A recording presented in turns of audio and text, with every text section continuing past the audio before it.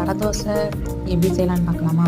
பிரேக்ஃபாஸ்ட்டுக்கு அரிசி, பருப்பு, கொண்டக்கடலை வந்து நம்ம என்ன பயிர் இருந்தாலுமே போட்டு ஊற வச்சுக்கலாம்.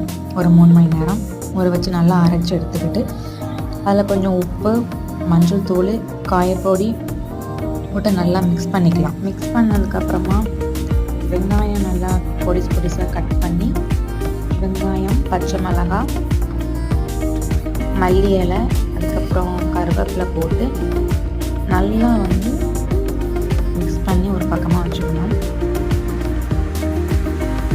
இப்போ இதுக்கு ஒரு சட்னி பண்ணணும். அதுக்கு வந்து வெங்காயம், பச்சை மிளகாய், பூண்டு, அதுக்கப்புறமேட்டு தேங்காய் போட்டு நல்லா வதக்கி நல்லா ரோஸ்ட் பண்ணணும். நல்லா வதக்கிட்டு அதை நம்ம அரைச்சி தாளித்து பண்ணோம்னா இந்த தேங்காய் சட்னி கொஞ்சம் டிஃப்ரெண்ட்டாக இருக்கும். டேஸ்ட்டும் நல்லா சூப்பராக இருக்கும். ட்ரை பண்ணி பாருங்கள்.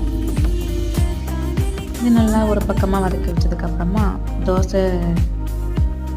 தோசை ஊற்றி இன்றைக்குள்ள பிரேக்ஃபாஸ்ட்டை முடிச்சாச்சு. இன்றைக்கி பிரேக்ஃபாஸ்ட் வந்து அடை தோசையும் வித் தேங்காய் சட்னியும் வச்சு சாப்பிட்டாச்சு கைஸ்.